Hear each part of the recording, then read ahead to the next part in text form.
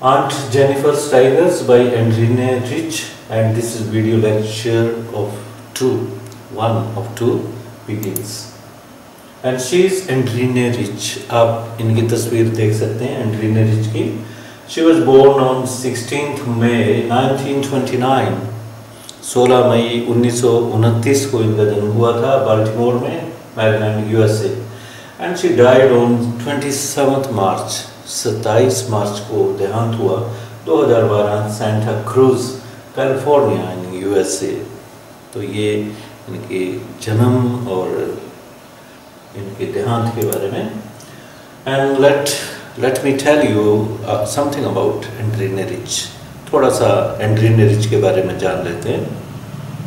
एंड्रीने Rich was born in Baltimore, Maryland in USA में इनका जन्म हुआ था बाल्टीमोर जगह पे.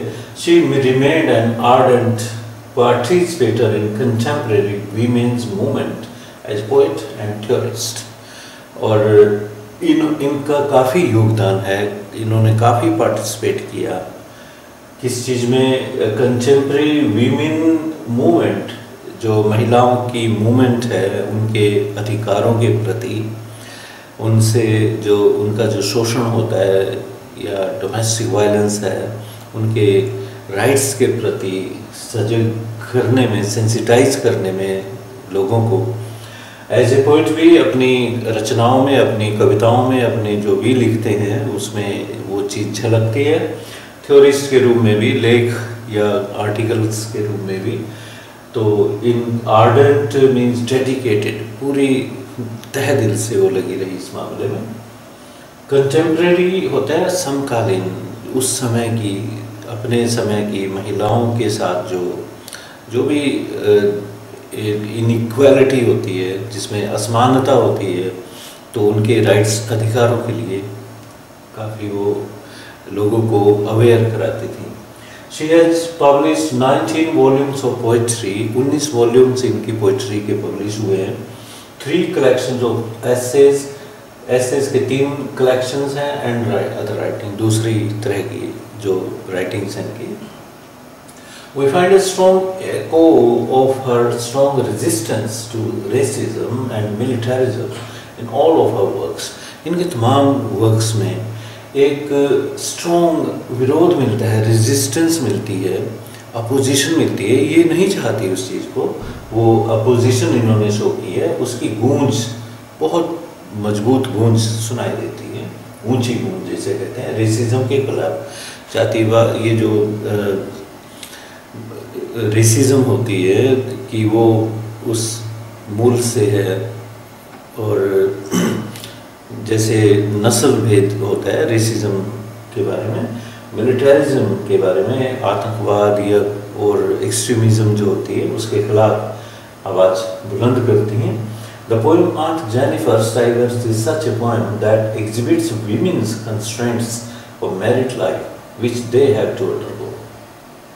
Aunt Jennifer's Tigers में खासकर वो महिलाओं के जो मैरिड लाइफ होती है, और मैरिड लाइफ के चलते उनके ऊपर एक दबाव होता है, उनकी मजबूरियाँ होती हैं, उनकी हेल्पलेसनेस होती है, बिल्कुल असहाय हो जाती हैं वो इस बंधन को निभाते निभाते. तो वो सारी बातें जो ऑडियल, जो एक कष्ट से निकलना पड़ता है महिलाओं को, इस पोएम में वो पेश किया गया. वो चीज़ झलक मिलती है हमें इस पोएम में. पोएम के बारे में जान लेते हैं थोड़ा सा. let me tell you about this poem is about all the married women. तमाम मैरिड वीमेन के बारे में पोएम है, महिलाओं के बारे में जिनकी शादियाँ हो चुकी हैं. Who pass almost all of their life in serving their children and husbands. वो महिलाएं शादी के बाद अपने पतियों की सेवा करती हैं, अपने बच्चों की सेवा करने में उनकी उम्र बीत जाती है. अपनी तरफ कोई ध्यान नहीं होता, ना बच्चे उनकी तरफ ध्यान करते हैं और ना पति उनकी तरफ ध्यान करते हैं. तो वो बेचारी अपनी उसमें पिसती रहती है. They do this not in the hope of getting any reward or even some words of appreciation from them. और ये सेल्फलेस सर्विस वो करती रहती है, 24 घंटे लगी रहती हैं. डांट फटकार भी खाती हैं, बच्चे भी उन्हें डांटते हैं, पति भी उनको डांट देता है, और वो किसी ये जो काम करती हैं सुबह से शाम तक और देर रात तक, फिर सुबह जल्दी उठ जाना, अपने आप को भी तैयार करना, बच्चों को भी तैयार करना, पति के लिए भी लंच तैयार करना, बच्चों के लिए, सारी आप जानते ही हैं कितना काम महिलाएं करती हैं। कोई रिवार्ड की उम्मीद नहीं होती कि इनाम मिलेगा या चंद शब्द एप्रिसिएशन के मिलेंगे, मिल जाए तो अच्छा है, नहीं मिलते तब भी वो अपना काम करती हैं। They give birth to children and then bring them up, बच्चों को जन्म देती है, कितने कष्ट भोगती है शुरू से लेके, और बच्चे कितने बेवफा हो जाते हैं, वो भूल जाते हैं अपनी माँ को। बहुत से बच्चे ऐसे हैं, सारे तो नहीं भूलते। और they do not care for their own comfort, महिलाएं, माताएं अपने आराम की परवाह नहीं करती, but are very worried for their children, बच्चों को पालने में उनका कई साल लग जाते हैं, तो उनके कंफर्ट के बारे में चिंता होती है, उनके आराम की चिंता होती है, but are very worried for their children and husbands, पतियों के बारे में। देर हो गई, परेशान हो रही है महिलाएं, वेट करके, इंतज़ार कर करके कि आया नहीं अभी, आए नहीं अभी, बच्चे कहीं चले जाएं तब उनके बारे में चिंता होती है, वो कहीं चले जाएं उन्हें परवाह नहीं होती इतनी। They do work hard from morning till late at night, सुबह से शाम तक, देर रात तक काम करती हैं। Sometimes they face ill treatment from their husbands and children, और बहुत सी महिलाएं, माताएं अपने बच्चों से और पति अपनी पत्नियों को इल ट्रीट करते हैं, दुर्व्यवहार करते हैं। तो ये इनजस्टिस सारे कहीं ना कहीं इस पोएम में झलकेंगे। स्टैंजा 1 पढ़ते हैं। Aunt Jennifer's tigers prance across a screen, bright topaz denizens of a world of green. They do not fear the men beneath the tree, they pace in sleek chivalric certainty. Prance means move in a showy manner. दिखावे, जैसे दिखावे के लिए चलते हैं, जैसे ramp पे चलते हैं, मॉडलिंग करते हैं लड़के लड़कियां, तो शो होता है, लोग देखते हैं और उनको ट्रेन किया जाता है कि आपको इस तरीके से चलना है, कैट वॉक जैसे कहते हैं। फ्रेंड्स, तो ये बताता हूँ पहले मीनिंग। टोपैज एक प्रेशियस स्टोन होता है, येलो कलर में होता है, ब्राइट येलो कलर होता है। डेनिजन होते हैं रेजिडेंट, नागरिक, जिन्हें अधिकार होते हैं पूरे।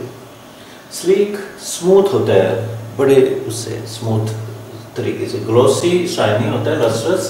ग्लॉसी चीज क्या होती है? चमकदार, जो चमकती है, राइट। और शिवलरिक होते हैं kind and caring, specially to women. तो शिवलरिक ये medieval knights 15th century, 14th century, 11th 12th centuries में ये होते थे, नाइट्स होते थे, KNIGHT, नाइट सुना होगा आपने। राजकुमार होते, योद्धा होते थे, तो वो चलते थे अपने यात्रा पे, तलवार लटकी हुई, पूरे छैल छबीले टाइप के होते थे, और महिलाओं के प्रति बहुत ही आदर भाव होता था, बहादुर भी होते थे वो। तो वो रेफरेंस है शिवालरिक उन की तरफ। Aunt Jennifer uses a panel to embroider some tigers on a sheet of cloth or some material. Background जान लेते हैं। आंट जेनिफर एक पैनल, लकड़ी का गोलाकार होता था पहले, अब तरह तरह स्टील के भी आते होंगे, जिसके बीच में एक कपड़ा लगा दिया जाता था और उसको फिर कस दिया जाता था, वो बिल्कुल कसा हुआ सा पैनल बन जाता था। उसको सुई धागे के साथ महिलाएं उसमें कसीदे करती थी, एम्ब्रॉयडरी करती थी, तरह तरह के डिज़ाइन बनाती थी। गांव की महिलाएं खूब करती थी हमारे, अब तो चेंज आ गई। तो यहाँ पे ये कपड़ा है जैसे, और ये टाइगर का उसने चित्र बनाया, उसमें एक इमेज बनाया है धागों के साथ या तारों के साथ या किसी भी तरीके से। तो वो शीट ऑफ क्लॉथ है, उस पर एम्ब्रॉयडरी करती है, कसीदा करती है, और सम मटेरियल कपड़े का होगा या फिर किसी और चीज़ का। The poet calls that bright topaz, इसमें एक नहीं है, कई टाइगर वो बनाती है। तो लेखक उन्हें कवि उन्हें कहती हैं कि वो टोपैज हैं, bright topaz, denizens of a world of green. World green क्या मतलब? जंगल, हरा भरा जंगल, वहाँ के डेनिजन्स हैं, वहाँ के नागरिक हैं वो। तो उनको वो अपने उसमें पैनल में कैद करती है, उसका उनका कसीदा करती है। ब्राइट है, चमकीले टोपैज येलो कलर में है, क्योंकि येलो कलर होता है टाइगर्स का, उसमें वो लगे होते हैं, ये स्ट्रिप्स होती हैं। It means they are as bright as topaz a yellow gem. सिर्फ पहले ये वो की गई, तुलना की गई, इतने ब्राइट हैं, येलो हैं, जितने की टोपैज जेम होता है, ये डायमंड होता है, किस्म प्रेशियस स्टोन होता है। The word denizen means the resident. Denizen का मतलब होता है नागरिक। The tigers are the fearless resident of a green forest. जो टाइगर्स हैं वो फियरलेस, निडर नागरिक हैं अपने इलाके के, जो उनका जंगल है, ग्रीन फॉरेस्ट उनका इलाका है, वहाँ के वो रेजिडेंट्स हैं। और Jennifer's tigers are confident and proud tigers, और पूरे कॉन्फिडेंस से भरे हुए हैं और उन्हें घमंड है अपने ऊपर, नौजवान हैं, नाइट्स की तरह हो जा रहे हैं, कॉन्फिडेंट, फुल ऑफ कॉन्फिडेंस है। They are assured and confident residents. Resident ये डेनिजन्स के लिए यूज किया गया है of their green world. The word denizen में also suggest a resident who is free and independent. Denizen उसके लिए यूज किया जाता है, नागरिक के लिए जो आज़ाद होता है, बिल्कुल उसे फ्रीडम होती है अपनी घूमने की, जाने की। तो जंगल के वो डेनिजन्स हैं, वहाँ जहाँ भी घूम सकते हैं, बस्ती में नहीं आते वो।